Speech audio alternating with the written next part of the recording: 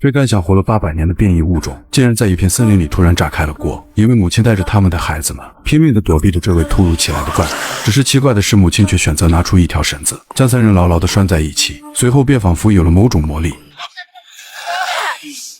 尽管怪物在一旁四处打量，好似随时都要吞噬他们，不过很快就发生了神奇的一幕。男孩一抬头却什么都没有。突然之间，这片森林里一片安静，甚至安静的有点令人毛骨悚然。这是一片被诅咒过的原始大森林，所见之处可能皆是白骨，而想要在这种地方能活下去，那只有仅剩的一个办法，就是母亲手上的这条粗麻绳。在出门之前，他们必须牢牢拴住自己，而之所以这么做也别有原因，因为绑在身上的这根绳子连接的正是他们家中的古宅。如今母子3人被森林层层包围，每天只能靠着他们打猎为生。尽管外面还有无数怪物飘荡，但好在麻绳有来自古宅的庇护之力，只要绳子没有脱离他们身体，那这些怪物暂时还就不敢靠近。只不过这绳子显然有些过于累赘。这天弟弟迪克在外面寻找食物时，仅仅只是一个转身后，麻绳就被树枝缠绕的无法拉动。也就在他准备解开绳子时，后面的哥哥杰夫及时出现，赶紧让他停止动作。要知道一旦解开麻绳，那怪物必定会随时出现。没办法，迫于来自哥哥的压力，兄弟2人只能准备往回赶路。只不过这位弟弟显然天生反骨，没走几步路就开始挑衅起杰夫。他声称母亲平日里要更爱自己多一点，可为聊天后的杰夫都不想搭理他。见此一幕的迪克却一脚踩在了麻绳上面。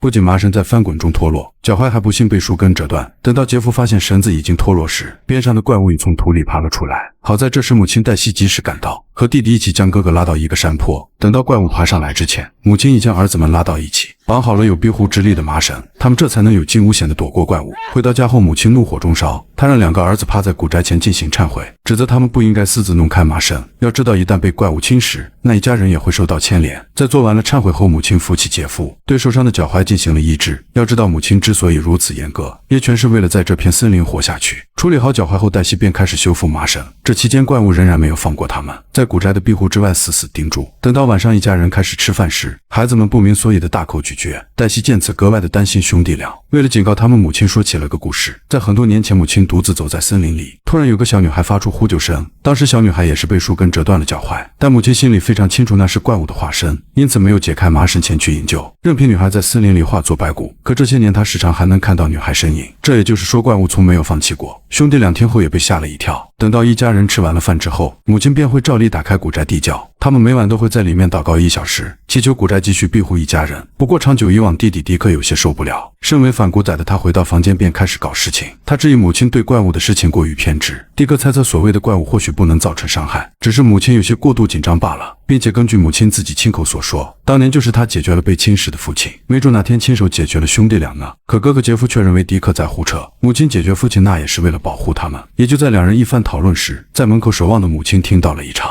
突然一个人影从森林走了过来，定睛一看，居然是死去的丈夫。黛西知道一切都是幻象，所以并不想搭理，可丈夫却一直在祈求着她，让黛西将兄弟俩送给自己当食物。I'm gonna make you eat your brains.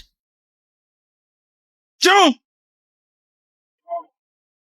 第2天，一家人在培育着蔬菜，可母亲黛西在低头栽种时，迪克发现了她后背的异常。这满背的刺青显然有人帮忙才能完成，可母亲却一直告诉兄弟俩这世界没别人了。或许是为了安全才说出这样的话，又或许母亲真的以为世界没别人了。她只能安慰儿子这是很多年前完成的，那时候怪物还没有侵蚀世界。迪克也只能半信半疑的相信。接下来一段生活时光飞逝，时间很快来到了冬天。由于冬季外面的资源匮乏，他们的存粮也开始日益耗尽，如今只剩下1颗腌制大蒜足够分配。身为母亲的黛西将大蒜分给兄弟俩，转头自己只能靠减少体力来维持。到了晚上只能早早的入睡，肚子都难以填饱的黛西身心疲惫。可此时在她的身后却迪克居然呆愣目视着前方，眼神里仿佛没有任何光芒。等到母亲上去确认后，才发现原来是迪克没有带自己的铃铛，没有睡好，所以才导致了梦游。第2天，一家人绑好绳子出门，如今他们只能靠着瓜树皮维持。可也就在此时，迪克的身后突然传来了怪物的叫声，但回头一看却又什么都没有。等缓过神后，哥哥和母亲都消失不见。也就在迪克疑惑时，麻绳突然飞速转动，好似有人拖拽一样将他拉到森林里面。此时麻绳的尽头居然变成了一座枯井。等到快要坠入枯井时，白天瞬间又变成了黑夜，而且还回到了古宅的门口。正当迪克目视前方时，母亲一把拖住迪克，这才从地窖里醒过来。原来母亲为了惩罚迪克没带铃铛，所以才将他放进了地窖。要知道，如果梦游到森林里可就糟了。直至迪克被吓得裤子都湿了，母亲这才认为他长了记性。但回到房间里，迪克越想越气，他鼓动哥哥现在应该解开绳子，去森林外面才能找到吃的，否则的话一家人很难熬过冬天。也就在两人又在房间里讨论时，他们不知道此时的母亲早已饿得前胸贴后背。第二天，迪克绑着麻绳和狗狗在门口打闹，母亲黛西显然已经想出了对策。回到房里，她从盒子中拿出一个相机，再喊来兄弟俩一起观摩，借此让兄弟俩体验一下新鲜的东西。等到他们玩得不亦乐乎时，母亲趁机提出对狗狗的盘算，她直言再不行动，一家人都会没命。然而听后的弟弟迪克当场不乐意，狗狗几乎是他多年的玩伴。迪克指责母亲现在变得愈发残忍，两人一时间开始针锋相对。哭泣中的杰夫带着狗狗直接离开了客厅，来到门口紧紧抱着不让母亲伤害。可面对冬天食物的匮乏，母亲此时也顾不了那么多了，索性将狗狗直接抢了过来，带到一旁的小木屋里准备解决。然而就在他快要动手时，母亲的身后传来迪克的声音。此时的他已经拿来一把刀子，朝着麻绳直接。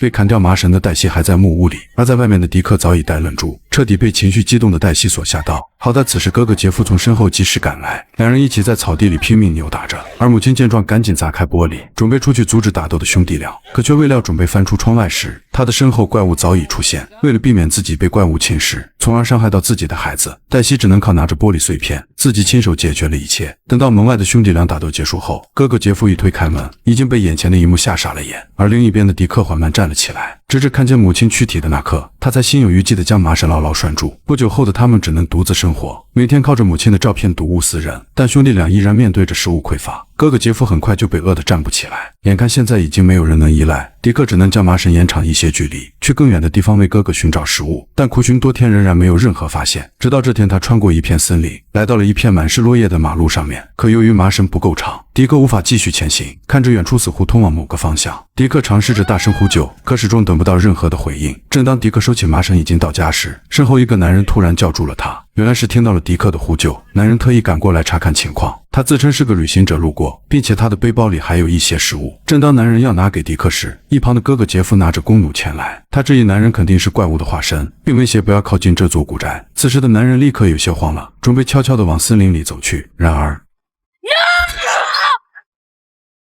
旅行者当场倒地，但趁着兄弟两人都在呆愣时，男人艰难地爬向远处，伺机站起身子逃离了古宅。迪克见此赶紧追了上去，跟随着男人掉落的靴子，迪克很快就在前面停住脚步，发现男人已经躺在了地上。等到迪克走上前一看，却又看到男人居然在打着报案电话，但迪克哪知道什么是报案，只管拿走背包里的食物。回家后，他将食物全部倒了出来，来不及顾别的，只管大口咀嚼。此时一旁的哥哥杰夫缓缓走来，他指责弟弟是拿了怪物的食物，很有可能会被怪物侵蚀。面对弟弟伸过来食物让他品尝几口，杰夫表示宁愿饿着也不会吃这些。然而饥饿感很快便击败了他，杰夫深夜还是悄悄拿起了食物。此时的他再也不想什么怪物了。吃完后，他又倒鼓起背包里的东西，看着旅行者和女儿的照片，杰夫的内心似乎产生了一股愧疚，难道自己真的错怪了好人？随后他又在背包发现一个手电灯，也就在杰夫在拿着手电灯把玩时，他忽然听到母亲死去的木屋里好像有一股莫名的声响。杰夫还以为是母亲死而复生了，可开门一看却只见到躯体。也就在他四处寻找异常时，身后杰夫拿着手电灯照了过去，女孩声称自己是来找父亲的，并且一眼就认出了杰夫手中的手电灯。女孩慌忙询问父亲在哪，父亲听到有人呼救去查看，就再也没回来。可一旁的杰夫却表情紧张，告诉女孩是自己失手射出弓弩。此时的女孩也看见杰夫身后的躯体，现在的她已经慌张的连连后退，朝着森林里赶紧逃命。杰夫见状也冲上去解释，两人在森林里一直你追我赶，奈何杰夫的身后还有麻绳的束缚，不少一会儿就被麻绳缠绕在一起。此时的他早已坚信女孩就是个好人，为了上去解释，杰夫打开了麻绳，可殊不知他也将会亲手害了自己。杰夫追到一片空旷处，四处观望却没任何踪迹，直至在一棵树上发现了异常。他定睛仔细一看，却发现了惊恐的一幕。杰夫瞪大的双眼快要被吓傻，6个手掌居然向上爬后又快速消失。正当杰夫寻找着怪物在哪时，怪物早已经绕到了他的后面树上。此时的杰夫还十分困惑。只见一根尾巴直接爬到了杰夫身上，随后又穿过了他的衣服，直至爬进他的肺腑。瞬时间，杰夫好似失去了理智一般。而另一边的弟弟迪克从睡梦苏醒，却发现哥哥不知道去了哪里，直到看见地上掉落的手电灯，他赶紧绑好麻绳前来呼喊。此时却发现哥哥的麻绳在地上，他赶紧用力拉着绳索，试图找回哥哥。可此时的麻绳上早已经没了哥哥的踪迹。这一下他终于意识到大事不妙，迪克连忙一边呼喊一边冲向森林，直至来到一辆车子面前停住了脚步。他似乎刚刚听到了哥哥的回应，可仔细一看却又什么都没有，直至身后